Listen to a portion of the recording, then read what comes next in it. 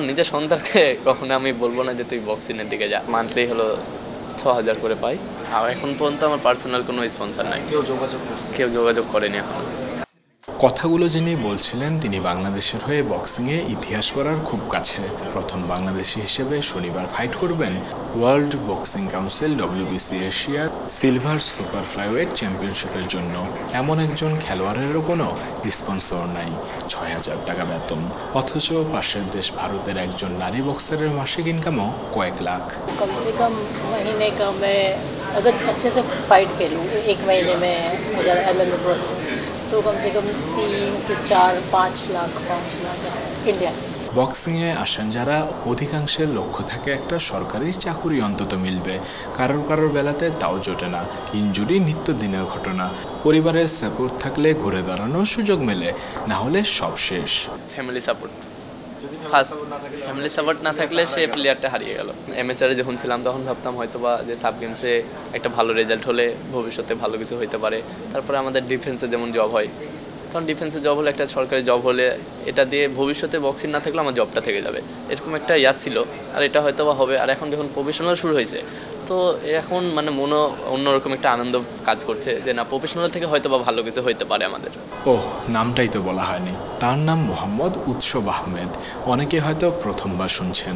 Cricket ফুটবলের এই দেশে বক্সিংয়ের খবর এমনিতেও কেউ সেভাবে রাখে না। উৎসবরা সব জেনেও বক্সিংয়ে আসেন। বাবা মা থেকে লুকিয়ে অনুশীলন করেন, দেশকে বড় সাফল্য এনে দেওয়ার স্বপ্ন দেখে যান। নাম যশ খ্যাতি কিছুই হয়তো হবে না, সব জেনেই। 2009 সাল 9-10-এর দিকে আমি তো তখন অনেক ছোট, আসলে বক্সিং বিষয়টা নিয়ে এত বুঝতাম না। তো আমার মামা জুয়েল আহমেদ জনি, সে বাংলাদেশে প্রথম সাব গেমসে গোল্ড মেডেলিস্ট। তো সে যখন গোল্ড মারে তাকে দেখে অনেক, সে যখন বাংলাদেশে তখন ফেমাস এক কথায়। তো তাকে সবাই বরণ করে ওই মানে তাকে এগুলো দেখে আমার একটা মনে ইচ্ছা জাগে যে ফার্স্টের দিকে তো তখন অনেক ছোট, 2009 তো বয়স আমার খুব একটা বেশি ছিল না। তখন বাসা থেকে ওভাবে মানে সাপোর্ট পাইনি। তো আস্তে আস্তে যাওয়া আসা করতে করতে মামার সাথেই হয়তো বা চুপচাপ চলে যেতাম। এরকম করতে করতে করতে করতে যখন একটা ভালো পর্যায়ে গিয়েছি তখন থেকে বাসায় আর কোনো সমস্যা হয়নি, সবসময় সাপোর্ট ছিল ফ্যামিলির। 2019 সালের দিকে মানে যখন অ্যামেচার খেলতাম তখন আমি অনেক ভালো খেলতাম। ভালো খেলার পরেও কিন্তু আমার রেজাল্ট হতো না, মানে কোনো না কোনোভাবে আর কি বাধা চলে আসতো সামনে।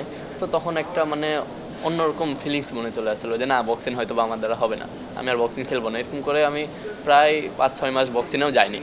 তো আমার কোচ ফেলাজা মাসুদি আমাকে এত বড় করছে, প্লাস পাশাপাশি মামারা ছিল, ফ্যামিলির সবাই ছিল, তারা অনেক বুঝাইছে না হবে, মানুষের আস্তে আস্তে হয়, একবারে কারো ভালো কিছু হয় না।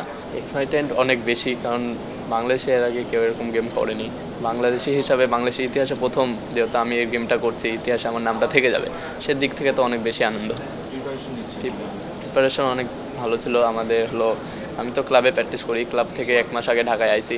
তারপরে কিছুদিন আগে আমাদের কোচ হলো লন্ডন থেকে আইসি স্টিভ, মানে তার আন্ডারে কোচিং করছি। অনেক ভালো ট্রেনিং হয়েছে, প্রিপারেশনটা অনেক ভালো। কষ্ট অনেক, তবে তার চেয়েও বেশি দেশের জন্য কিছু করার চেষ্টা, দেশের বক্সিংটাকে বদলে দেওয়ার তীব্র আকাঙ্ক্ষা। আর এই বড় লক্ষ্যের শুরুটা হোক শনিবার ইতিহাস গড়েই, এমনটাই কামনা। উৎস মাহমুদ, অলরাউন্ডার।